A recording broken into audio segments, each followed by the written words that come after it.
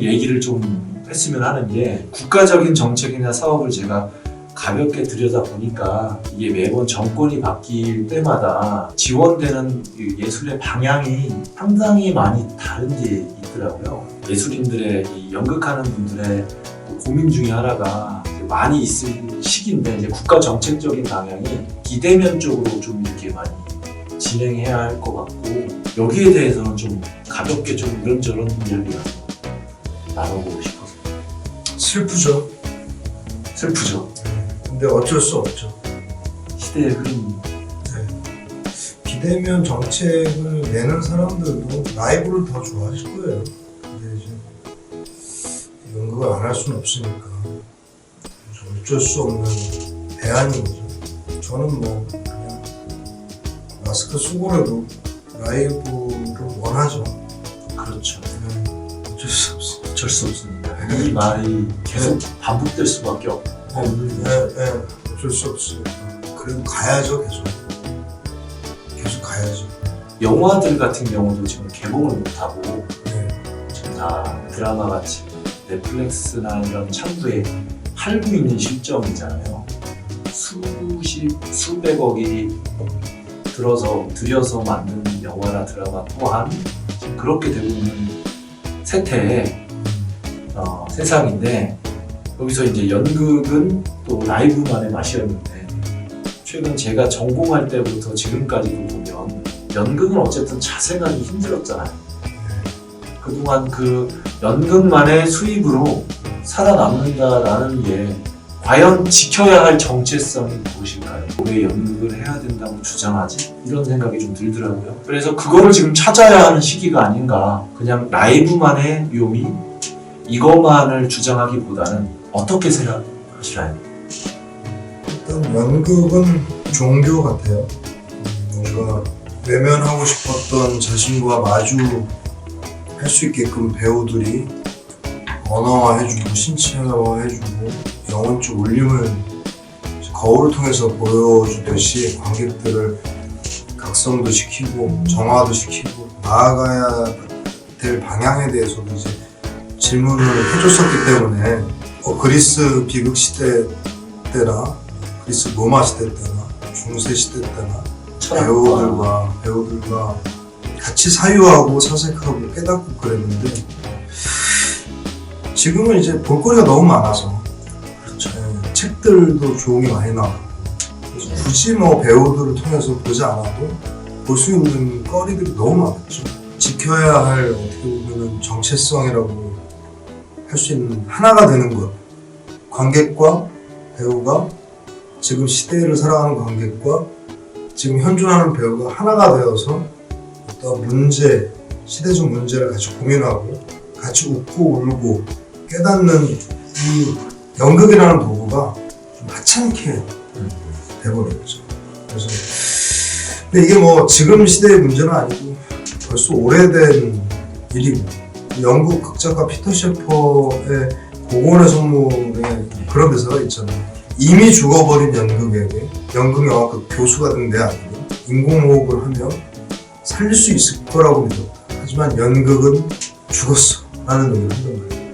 그 말은 또 반대로 그럼에도 연극을 너무 살리고 싶었고 영원한 작품을 만들고 싶었어 라는 이제 좀 울분이 섞인 에드워드 검슨의 대사가 있는데, 피터 셰퍼는 영국에서 되게 잘 나갔던 극작가잖아요. 근데 그가 이제 집필을 할 때도 이제 그런 고민이 있었던 거죠. 오래전부터 있었던 거죠. 그래서 극작가의 이제 헌신에 대한 뭔가의 정신, 그리고 연극과 무대를 사랑하는 마음, 이런 것들이 이제 좀 많이 쌓여서 지켜줄 수 있는 건데, 지금은 그 작품에 또 나왔던 대사 중에 그냥 교수들의 밥벌이 수단으로 전락했죠. 그렇죠. 사실이죠. 그렇죠. 그러니까 뭔가 그러려고 이제 작가들이 작품을 쓴 건 아니지만 입시도 해야 되고 그렇죠. 강의도 해야 되기 때문에 생업을 이어가기 위해서. 그렇죠. 뭔가 살아 꿈틀거리는 형상화가 되기에는 환경도 너무 힘들고 참담하죠. 참담한데 그걸 또 사랑했었기 때문에 저희는 지키고 싶고, 잘 모르겠어요. 예술이라는 것도 멈춰있는 게 아니기 때문에 이거에 대해서 끊임없이 고민하고 만들어가야 되는 게 예술가들의 몫인 것 같아요. 제가 이제 저가 요즘에 느끼는 부분은 과학이 발달되고 사회가 발달하면서 예전에 아까 말씀하신 대로 연극이 담당했던 부분을 영화가 또 이외의 많은 수단들이 대체하고 있는 게 아닌가. 하물며 최근에 이제 어떤 영화라고 제가 말씀은 구체적으로 못 드려도 영화가 어떤 극 속의 인물이 등장해서 그 인물을 연기하는데 그게 뭐냐 하면 그래서 곰곰이 생각을 해보니까 제가 맨날 보고 있는 유튜브 채널들이 있어요. 거기 나오는 유튜버들이 이제는 얘기하고 이런 것들이 더 사실되게 느껴지는 거예요. 어떤 인물을 몰입해서 들어가는 이런 형식보다 오히려 그 사람으로서 미디어 안에서 그런 미션들을 하고 또 거기서 라이브적으로 이루어지는 일들을 담아서 편집해서 올리는 것들에 영화라는 것들도 따라가지 못하고 있다. 이런 생각이 들더라고요.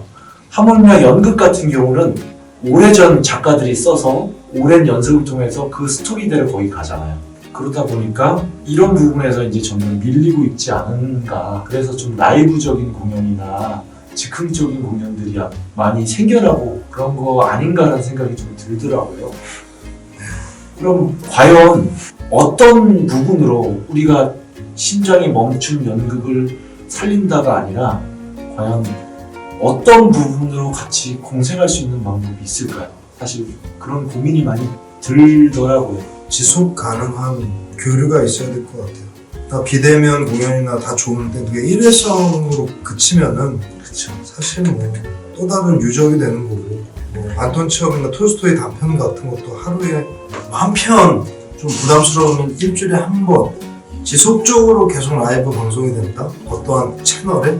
그러면은 교류할 수도 있죠. 지금 유튜브 채널과 같이 관객들이 지속적으로 공급받고 반응을 하겠죠. 그러니까 뭐 연극의 가장 장점이자 단점은 사라진다는 거거든요. 예.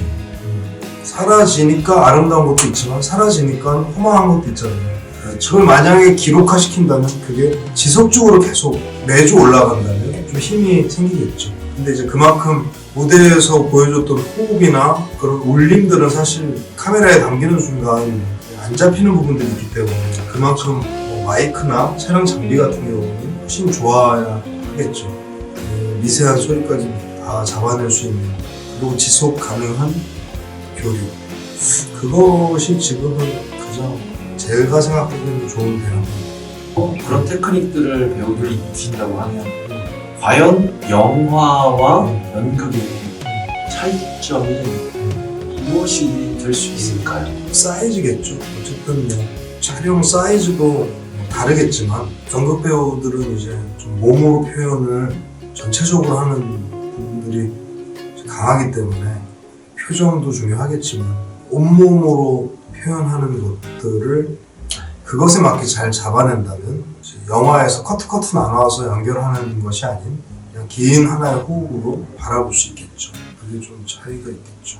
그래서 저는 좀 고민이 되더라고요. 영화 또한 이제 바뀌고 있다고 생각을 하거든요. 과연 이 무대 공연과 새로운 이제 형식이 필요하다고 생각이 드는데 어떻게 그게 어떤 아이디어가 있을까? 사실 이제 그걸 대체하고 있는 게 유튜버들인데 사실 이런 스토리를 전해주고 스토리를 만들어내는 게 수없이 많은 이쪽 관련 작가들이나 지망생들이 많아졌는데도 불구하고 다 드라마 작가나 유튜브 작가나 오히려 또 거기다 웹툰 작가 다양해지고 그쪽으로 많이 발전되고 있는 추세인 것 같아요. 과연 그러면 이 온라인이라는 걸 통해서 무대 예술이 어떻게 예술로서 존재할 수 있을까?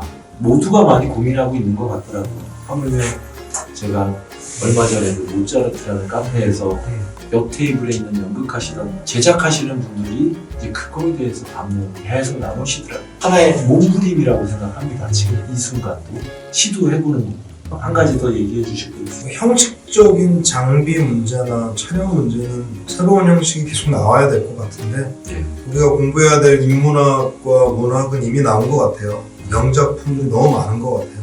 또 연극은 저는 인간학이라고 생각을 하거든요. 인간을 공부하는 학문이라고 생각하는데 이미 작품들은 좋은 작품들이 많으니 그것들을 규칙적인 시간에서 트레이닝을 해서 좋은 장비와 함께 교육을 시켜서 많은 사람들이 보고 들을 수 있길. 새로운 작품은 더 이상 안 쓰여줘도 될 것 같아요. 너무 많아서 죽기 전에 다 읽을 수 없을 것 같아요. 죽기 전에 소중한 작품이라도 집요하게 좀 공부를 해서 많은 관객들한테 들려줬으면 좋겠습니다. 네. 그렇지만 좀 작품을 또 새롭게 각색하고 시대에 맞게 만들어가는 게 또 시대가 또 어떻게 변할지 모르니까 그것도 하나의 저희 이야기를 담당하고 있는 사람들의 방향성인 것 같아요. 그러면 한 가지를 더 한번 중요한 주제를 한번 가지고 얘기를 좀 해봤으면 좋겠습니다. 저희 작품이 적의 화장법이잖아요. 스포가 될 수도 있는 건데 내면에 현욱 배우님께서 하고자 하던 일이 있었고 근데 그 일에서 또 그거에 반하는 기운이 있었던 경험, 그러니까 내가 나의 자아가 이중적으로 느껴졌던 경험들이 있으면 하나 들어볼 수 있을까요? 너무 많아서. 너무 많죠. 너무 많아서. 저도 그래요. 아까 커피 마실 때도 내가 이 커피를 먹고 싶어서 마시겠다는 생각을 했는데 잠깐만 이거 먹으면 내가 잘 수 있을까? 지금 2잔째고 아까 차 타고 오면서 잠깐 졸았는데 낮잠도 살짝 자고 있다 갈 때도 살짝 잘 수도 있는데 거기 커피 마시면 잘 수 있을까? 그런 고민과 지금 먹고 싶다. 그 고민이 부딪혔거든요. 그것도 어떻게 보면 이중자아잖아요. 뭐 날마다 너무 많이 이중자아가 마주치고 마음이랑 정신이 피폐할 때 더 많이 마주치는 것 같아요. 마음이 피폐한 근원 자체는 어떻게 보면 내가 하는 이 일의 방향성에 있어서 건강하지 못할 때 건강이라는 것은 어떻게 보면 환경과 맞닿은 부분도 있고 내가 나를 피폐하게 만드는 부분도 있는데 보면 죽을 때까지 저희가 안고 가야 될 적인 것 같아요. 날마다 그 적과 싸우고 있는데 매번 지네요. 매번 져요? 네, 매번 지네요. 이긴 적이 없어요. 가끔 이길 때 있는데 그때는 기쁘죠. 그 적이 현욱 배우님이라고 생각하진 않으세요? 오히려 가끔 이기는 게 적일 수도 있지 않을까요? 그럴 수도 있죠. 그럴 수도 있죠. 그걸 적으로 치부하는데 분명히 이중적인 건 있잖아요. 과연 누가 적일까? 내 본능을 억압하는 또 다른 주인이라고 생각하는 얘가 혹시 적이 아닐까? 원래 이 본능적으로 우리는 배고파서 울고 태어났을 때 그러잖아요.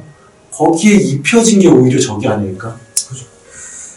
관점에 따라서 다를 것 같아요. 사회적 관점에서 보는지 자아 관점에서 보든지 종교적 관점에서 보는지 공동체 관점에서 보는지 다 다를 것 같아요. 그 적은. 뭐 예를 들어서 무대 위에서 나는 자유롭게 내 걸 표현했어 라고 했던 그 자유가 상대방 배우한테는 구속일 수 있는 거거든요. 그렇죠. 이 사람이 자유롭게 한 게 이 사람한테는 구속일 수 있는 거예요.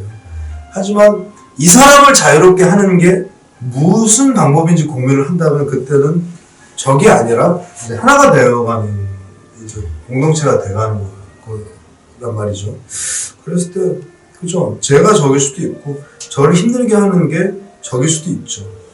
이 작품을 지금 준비하고 읽으면서 느낀 게 이기주의적인 성향, 이기주의자에 대해서 고민을 많이 했는데 어느 순간 보면 정말 사람은 다 자기 중심적으로 선택하고 살지 않나요? 사회가 유지되기 위해서 법이라는 것을 만든 거잖아요. 법도 계속 바뀌잖아요. 이 기준이 그럼 우리는 그런 사회가 만들어 놓은 그 흐름 안에서 법을 지키면서만 살아야 되는 이유가 뭘까요? 그러니까 저 때는 이게 합법이었는데 지금은 불법이야. 예를 들어서 뭐 위험한 발언일 수 있지만 미투 같은 경우도 예전엔 그게 묵인되고 갔는데 지금에 와서는 그게 엄청나게 사회적으로 지탄을 받아서 문제시 되고 있잖아요. 저는 그 사람이 과거에 그런 어려움을 겪었기 때문에 그거에 대해서는 충분히 그 당시에 가해자의 입장 참 잘못했다고 생각을 해요. 시대가 또 바뀌잖아요. 그럼 다음 시대에 또 바뀔 수가 있는 거잖아요. 옳고 그름을 과연 판단할 수 있을까요? 참 너무 여기서 혼란스럽거든요, 저는. 과연 나는 어느 기준에서 살아야 하면 과연 뭐가 옳은 것인가, 뭐가 적인가. 정직할 수만 있다면 정직한 것 자체가 옳은 것 같아요. 보통 사람들은 군중심리에 많이 휘둘리잖아요. 자기가 봤을 때 분명히 불편한 게 있는데 사람들이 다 괜찮다고 하면 괜찮은 척 하잖아요. 그쵸? 네, 그리고 또 그 반대도 마찬가지고. 내가 내 양심에 빗대어 정직할 수 있다면 그게 옳은 것 같아요. 그게 옳은 네, 거다. 그러니까 뭐 법도 뭐 10년 동안 남편한테 폭행당하던 여자가 칼로 찔러 죽였어, 남편을. 그러면 그게 바로 구속되고 이제 감옥 가잖아요. 그쵸? 만약 그 10년의 과정이 그 사형 이상보다 더 끔찍한 지옥이었다면 그렇죠. 그거에 대해서 충분한 사유와 충분한 토론까지는 안 하는 것 같거든요. 그러니까 그런 관점에서 저는 법을 좀 불신하는 경우가 있거든요. 좀 신뢰하지 못하는 경우가 있거든요. 그렇죠. 물론 살인은 안 되죠. 살인은 안 되는데 과정에 대한 좀 그렇죠. 집요한 좀 존중과 보호가 있어야 되는 거 아닌가. 그리고 옛날에 미국에서 이렇게 총 가지고 학교 들어가서 난사했던 그 한국 유학생도 지독한 왕따였다고 보더라고요. 어떻게 보면 그 아주 큰 트라우마가 그게 불씨가 돼서 끌어오르는 어떻게 보면 쌓여짐의 광증이 나타난 거잖아요. 네. 근데 무조건 사이코패스라고 그랬단 말이에요, 사람들이. 네. 근데 저는 그게 좀 다른 시각이 있더라고요. 어떻게 보면 유일한 자유가 아니었을까? 물론 순간이었지만, 물론 그 사람한테 순간이었고 그 사람은 벌을 받아야 되고 그렇죠. 다시는 그러면 안 되겠지만 얼마나 숨 막혔으면 그랬을까? 물론 그렇다고 그 사람은 변론하고 싶은 마음은 없었어요. 가야죠, 감옥. 근데 사람을 저기서 가야 되는데 좀 안타까운 시선도 있었어요. 이런 결과가 나오기 전에 좀 국가나 친구들이나 이런 공동체가 좀 막을 수는 없었을까? 뭐 이런 생각도 들었고, 그런 면에서 법도 중요한데 네. 법보다 더 중요한 거는 법이 없어도 드러낼 수 있는 스스로의 양심, 정직함, 그게 안 되니까 가끔은 굴복당하고 순복하고 적당히 타협하면서 살잖아요. 근데 이제 그 부분들을 좀 건드는 작품 같아요. 저희가 생각보면 무엇이 옳고 무엇이 그른지 알기 위해선 우선 나 자신을 알아야 돼라고 이제 희곡 마라사드의 사드 대사 중에 그런 한 문장이 있는데, 그러면은 좀 더 높은 차원에서 이걸 바라봐야겠네요. 나를 억압하는 장치들, 그 또 사회가 나를 억압하게끔 만드는 장치들, 네. 또 그런 부분에 좀 제도적으로라도 좀 손을 봐야 한다. 그런 이야기이신 것 같아요. 네. 그래서 네. 인간이 성실하게끔 동물과 달리 정체성을 이렇게 만들 수 있는 사회적인 제도나 이런 것들이 필요하다는 얘기를 하신 것 같아요. 네. 그럼 재능을 올바르게 사용할 수 있으니까요. 또 그런 시간들이 많이 주어지면 그림 그리는 사람, 뭐 무용하는 사람, 연극하는 사람들은 자기의 올바른 재능을 올바르게 사용할 수가 있잖아요. 근데 이제 결국엔 그게 안 되니까 쌓이는 피폐함들이 많을 거란 말이죠. 본인이 하고 싶은 게 있고 본인의 이제 꿈이 있는데 어쨌든 뭐 가족 살려야 되고 본인 생존해야 되기 위해서 하는 일들이 너무 잡다하게 다들 많은 것 같아요.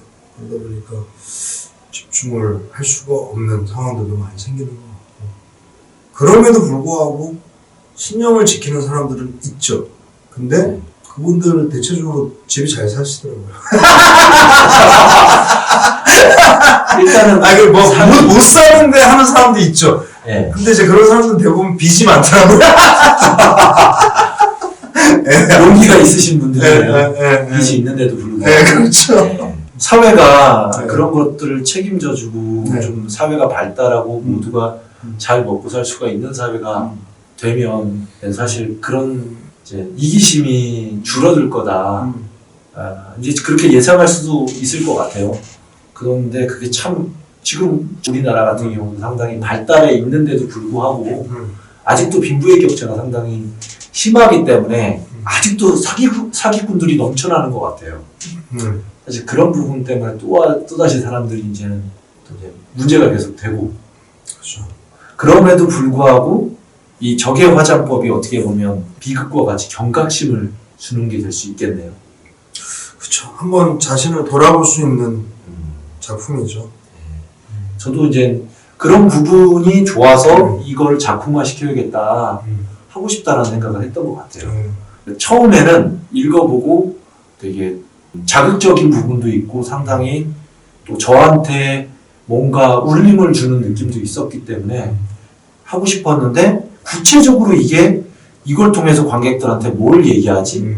이런 생각을 들어갔을 때 이제 뭔가 언어로 표현하기가 참 어려웠던 것 같은데 또 이렇게 말씀해 주시니까 좀 더 명확하게 간 것 같아요. 내 안에 여러 목소리, 그냥 어감만 할 게 아니라 또 이런 것들에 대해서 사회도 뭔가 관심을 갖고 사람이 이렇게 변모하지 않게끔 사랑하는데 사랑을 잘못 표현하는 거잖아요. 과연 이거는 이렇게 될 수밖에 없는 것인가? 그럼 과연 이걸 어떻게 바꿔나갈 것인가 우리가? 그리고 우리 안에 이미 그렇게 교육되어졌는데 그걸 우린 계속 살 수밖에 없는 것인가? 그렇게 살지 않고 우리가 그걸 인식하고 바꿔나가자. 뭐 이런 메시지도 줄 수 있겠네요. 네. 저 나름대로는 이렇게 좀 정리가 되네요. 이게. 어렵죠. 사랑 없이는 어렵죠. 사랑이 유일한 키인데 우리나라가 항상 어려웠던 것 같아요. 3.1운동 후에도 일본 지배를 받았고 4.19 혁명 때도 4.19 혁명 때만 외쳤고 투표제도 바뀌었는데 또 군사 정권을 뽑았고 그런 거 보면은 수능자로 살아가야 하는지 뭔가 좀 주체자로 살아가는지에 대한 두려움이 참 많은 것 같아요. 그걸 선택하는 거에 있어서 뭐 용기를 내봤자 그걸 책임질 수 있는 공동체들이 또 없기 때문에 더 두려워하는 것 같기도 하고 작품은 이 제롬 앙기스트의 마지막 뜻은 자유가 주제죠. 정말 네. 자유롭고 싶죠. 우리는 그렇죠. 우리는 모두 네. 내 자신으로부터 자유롭고도 싶고 우리가 하는 이 일에 관하여도 자유롭고 싶은데 그것이 안 되는 이유는 나한테 있다 그리고 너한테 있다는데 뭐 사실 그런 공동체를 원하지만 개개인은 스스로 변할 생각은 잘 안 하거든요. 사람들이 나도 살고 난 좀 더 갖고 그죠. 네. 제가 문제다 뭐 팀이 문제다 사회가 문제다. 뭐 이렇게 문제다를 하는데 정작 자기 자신이 문제죠. 그만큼 이만큼 두려움 갖고 살 수밖에 없었던 환경들, 시대들 이런 것들도 사실 어떤 사람은 운이 좋았다고 얘기할 수 있을 것이고 어떤 사람은 운이 안 좋았다고도 얘기할 수 있겠죠. 근데 아직 우린 살아있으니까 살아있다는 건 일단 감사한 거고 감사함 속에서 계속 소중한 것들을 지키고 전해시키고 교류하면은 한순간이라도 자유롭게 살지 않을까. 과거에 학생 때 연극할 때나 연기할 때 이제 공연을 하게 되면 공연 마치고 한 2달 정도 보통은 좀 말을 잘 못했어요. 그게 그 배역에서 빠져나오는 기간이라고도 많이 얘기를 하죠. 네. 그래서 내가 난지 그 인물인지가 혼란스러운 것들을 경험했던 것 같아요. 네. 이제 공연의 7단계라고 나눈 사람이 있는데 거기서 후유증까지도 공연의 한 단계라고 보시는 학자 선생님들이 많이 있더라고요. 근데 이제 문제는 제가 지금 연습을 하는 가운데 제 안에 이제 그 또 다른 적을 인식하게 되면서 생활 속에서도 제가 불쑥불쑥 이랬다 저랬다 컨트롤이 좀 안 되는 경험들이 생기는 거예요. 그래서 나는 지금 이걸 원해. 근데 내가 왜 이렇게 표현을 안 해야 되지? 그러면서 조금 섣부르게 감정적이 되기도 하고 요걸 조금 제가 느끼는 것 같아요. 이거에 대해서는 어떠세요? 물론 제가 제가 컨트롤을 해야겠지만 사회적으로 문제를 일으키지 않기 위해서 작품에 대한 애정이 많으신 것 같아요. 그런가요? 네, 그럴 때 네. 보통 많이 그런 것 같아요. 네, 그래서 저는 좋게 보고요. 이거 끝날 때까지 더 그래 주셨으면 좋겠어요. 푹 빠져서 예. 푹 빠지셔가지고 좀 더 빠져주셨으면 좋겠어요. 좀 더. 네. 왜냐면은 저는 연기는 정말 자기가 행복하기 위해서 하는 거가 아니라고 생각하거든요. 무대 위에서 텍셀로 존재하실 때 이와 같은 마음 때문에 괴로웠던 관객들이 위로받아서 그 관객들이 쳐주는 박수가 행복할 뿐이지 그 과정이나 그 인물이 되기까지는 정말 고통스러운 것 같아요. 어떤 인물이든 아주 유쾌한 고통의 기간이라고 생각합니다. 더 많이 싸워주시고 관객을 위해서 존재해 주시길 기대합니다. 진심입니다. 네, 오늘 좀 연습을 지금 처음부터 끝까지 네. 리딩을 한번 진행을 하고 아, 꽤 많은 시간이 흘렀어요. 그리고 또 이제 긴 시간까지 이렇게 또 모여서 둘이지만 같이 이렇게 좀 작품에 대한 얘기들 그리고 작품에 속한 이야기들을 가지고 좀 얘기를 나눠봤습니다. 저희 좋은 작품 만들겠습니다. 예, 오늘 여기까지 하겠습니다. 네, 감사합니다. 감사합니다.